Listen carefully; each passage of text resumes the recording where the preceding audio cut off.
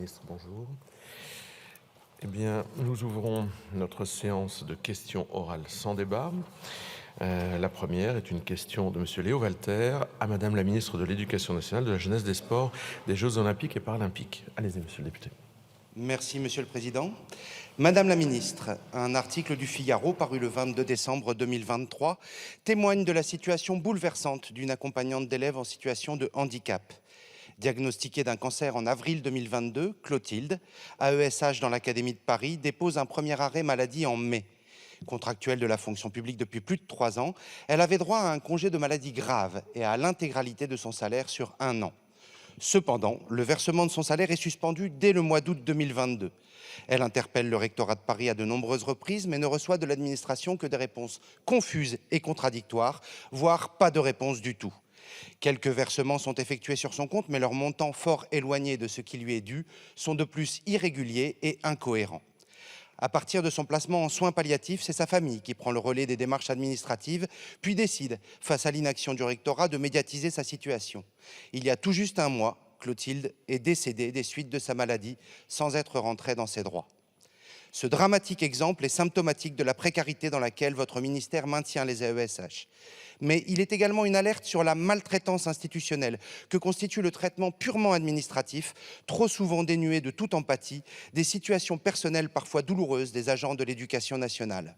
Je ne pense pas devoir vous rappeler que le salaire moyen des AESH, moins de 900 €, est inférieur au seuil de pauvreté, que celles-ci, essentiellement des femmes, doivent faire face à l'augmentation du coût de la vie et, en particulier dans les départements ruraux, du coût des déplacements, et que la généralisation des PIAL à la rentrée 2021 a encore dégradé leurs conditions de travail. Vous le savez, mon groupe parlementaire a porté une proposition de loi, mais également de nombreux amendements au projet de loi de finances 2024 pour améliorer le statut professionnel, le salaire et les conditions de travail des AESH, sans que ces propositions, pourtant nécessaires, ne soient prises en compte par le gouvernement. J'ai moi-même alerté à plusieurs reprises vos prédécesseurs sur le mépris institutionnel ressenti par de très nombreux agents, fonctionnaires ou contractuels de l'éducation nationale. Mes questions sont donc les suivantes. Pouvez-vous me dire ce qui a été fait par le ministère pour répondre à la détresse de la famille de Clotilde ?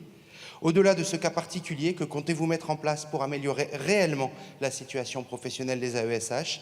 Et enfin, que comptez-vous faire pour remédier aux lourdeurs administratives et à la gestion trop souvent déshumanisée qui affectent l'ensemble des salariés de votre ministère ? Je vous remercie. Merci, Monsieur le député. Madame la ministre. Monsieur le Président, Monsieur le député Walter, les accompagnants d'élèves en situation de handicap, les AESH, jouent un rôle essentiel dans la scolarisation des élèves en situation de handicap dans les écoles et les établissements partout sur le territoire. Pour la rentrée 2024, 3 000 postes d'AESH supplémentaires seront créés. 4 000 postes avaient déjà été créés aux rentrées scolaires 22 et 23. Il s'agit là d'une mobilisation qui est très forte, durable, des moyens de l'État pour faire de l'inclusion une réalité. Face à la diversité des situations qui nécessitent chacune une réponse adaptée, d'autres leviers qualitatifs doivent être mobilisés, tant d'un point de vue organisationnel qu'en matière de ressources humaines.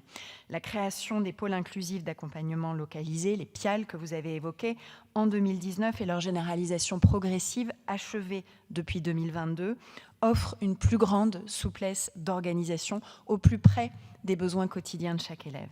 De nombreuses mesures ont été prises récemment pour revaloriser les AESH. Depuis la rentrée 23, c'est ainsi une enveloppe de 240 millions d'euros qui a été mobilisée pour permettre une grille indiciaire revalorisée et la majoration de 10% de l'indemnité versée aux AESH référents qui apporte un appui méthodologique et un soutien spécifique aux AESH nouvellement nommés. Depuis la rentrée 23, les AESH peuvent accéder aussi à un CDI à l'issue d'un premier contrat de 3 ans en cette qualité contre 6 ans auparavant.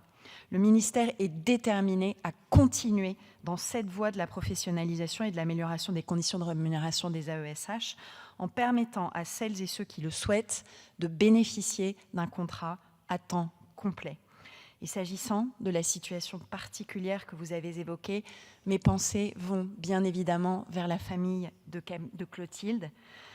Le ministère est en lien avec l'Académie de Paris pour apporter une réponse à leurs attentes légitimes. Je vous remercie. Merci, Madame la ministre. Vous avez encore un peu de temps, Monsieur le député.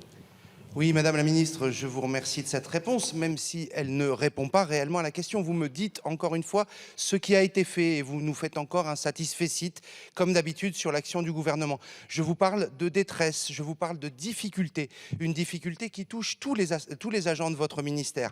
Je vous rappelle quand même que on vient de l'apprendre, là, il y a 4 jours, votre ministère a rendu à Bercy 285 618 151 euros et 23 centimes, ce qui correspond en gros à 10 000 postes. Donc moi j'aimerais que vous m'expliquiez ce chiffre, pourquoi n'est-il pas possible de revaloriser réellement les AESH mais également les enseignants alors que vous rendez de l'argent à Bercy. Et puis, puisque vous parlez des AESH, puisque vous parlez des enseignants, moi je voudrais vous citer un petit peu. Vous nous avez dit, le sujet c'est la passion, c'est l'investissement, le volume d'heures que chaque semaine je m'enfourne, je ne suis pas bien payé. Il faut prioriser le bien-être. Vous avez dit que la réalité vous donnait tort. Eh bien oui, Madame la Ministre, la réalité vous donne tort. Vous avez dit également, ce n'est pas vous qui comptez, c'est l'école. Je suis d'accord avec vous. Vous avez dit que vous croyez en l'école publique. Alors, s'il vous plaît, pour le bien de l'école publique, apportez de vraies réponses ou partez. Je vous remercie. Merci, monsieur le député. Madame Pires-Bonne,